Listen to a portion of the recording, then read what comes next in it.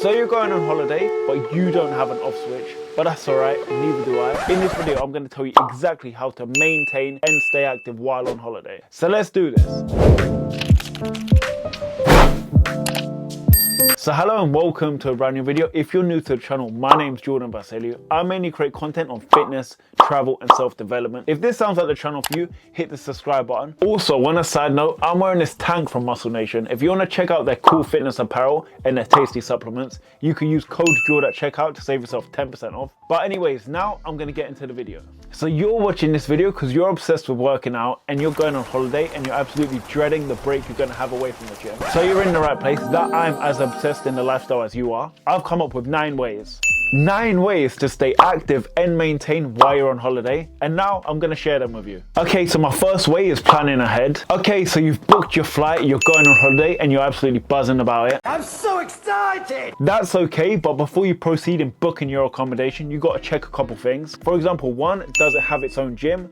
If not, how far is the closest gym? And once you figure this out, you can book your accommodation. This is something which I do, and I always manage to find somewhere to train while I'm away. So number 2 is by using your hotel amenities. So you got lucky and you completely ignored step number 1, and you happen to book an accommodation with a gym and a swimming pool. I know hotel gyms aren't much, but you can get a good workout in them. And if it doesn't necessarily have a gym, an absolute essential for me is a swimming pool. And you got to make sure you take advantage of that also and do like daily laps and get some good time spent in water, because that's a good workout also. So step number 3 is packing accordingly.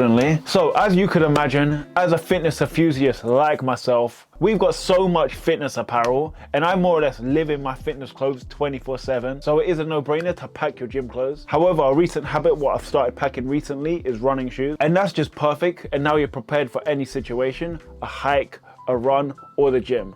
So now you got no excuses. So number 4 is using your environment. So if you're a coastal lover like myself and always need to be by a beach, I am someone that absolutely hates running, but if I'm by a beach or by a coast, I will run all day. Not literally, but you get what I'm saying here. Running is a great way of exploring and you get to do it faster as well. But seriously, I cannot stress, you got to be responsible with this. Make sure you do this early in the morning, anytime before 10:30, 11, before the sun peaks. Or do this in the evening or night. This could be any time from 4:30, 5 p.m. onwards. So you've got a massive window of opportunity to run. And also you can do small things, for example, using the stairs in the hotel, and also go on walking tours. So number 5 is exploring local activities. So what I mean by this is in London, there are Lime bikes, so you can just hop on and pay as you go and use it every time you're on a commute. So if there's an equivalent where you're going, try and use those bikes. But if not, I'm sure you could hire a bike. Or if you're a big explorer like myself, I always try to find a local hike. Not every day is a beach day, and sometimes you just want to explore and try and test yourself and see the surroundings of the country. And hikes are so fun to do, especially if you're with your friends or with your partner or even a solo traveler. It's a great way to make friends while you're abroad too. So my next one is counting your steps. So this watch is my best friend, period. And that's my bestie, my best friend. Go best friend. I normally wear it 24/7 and I'm always counting my steps. Even when I'm at home, I'm forever always trying to hit 10,000 steps a day, the bare minimum. But obviously when you go abroad, you're doing a lot more walking as you're exploring so much. So while I'm abroad, I'm hitting anywhere between 20 to 30k steps a day. So this is a rough estimate, but 10,000 steps roughly burns between 300 and 500 calories. So in a hypothetical world, on a day you're exploring the city, you hit 30,000 steps,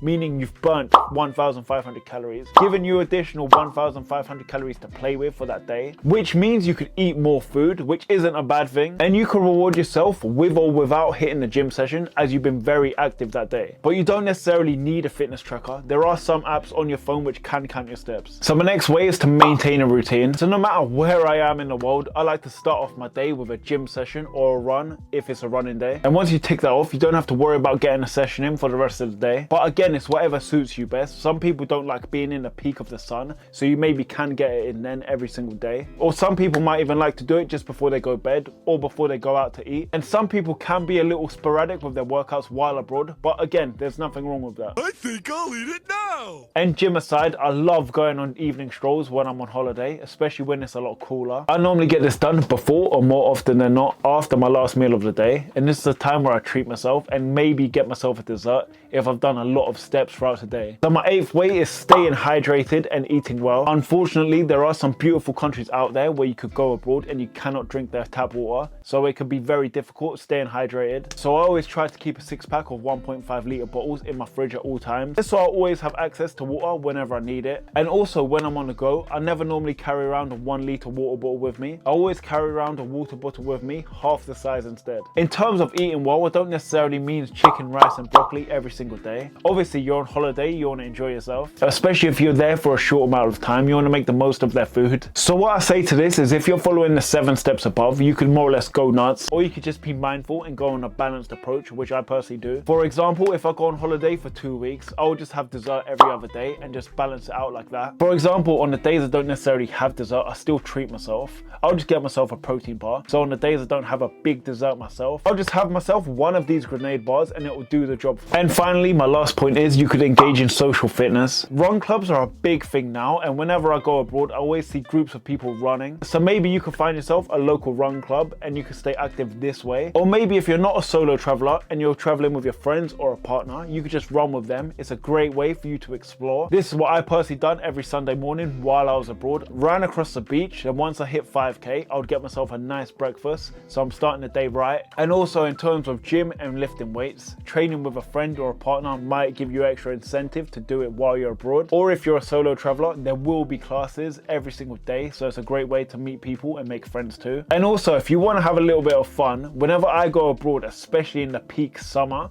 the hotel where I'm staying at normally has a water Zumba class, which looks like great fun. So I definitely recommend that too. So this video was just to clarify there are ways to maintain and stay fit while you're abroad. And it's okay not to have an off button, especially if this is a lifestyle you love. But anyways, if you found this video beneficial, hit the thumbs up button. Don't forget to follow me on Instagram. I'm very active on that platform. Don't forget to hit the subscribe button, and hopefully I'll see you in the next video. So until next time, peace.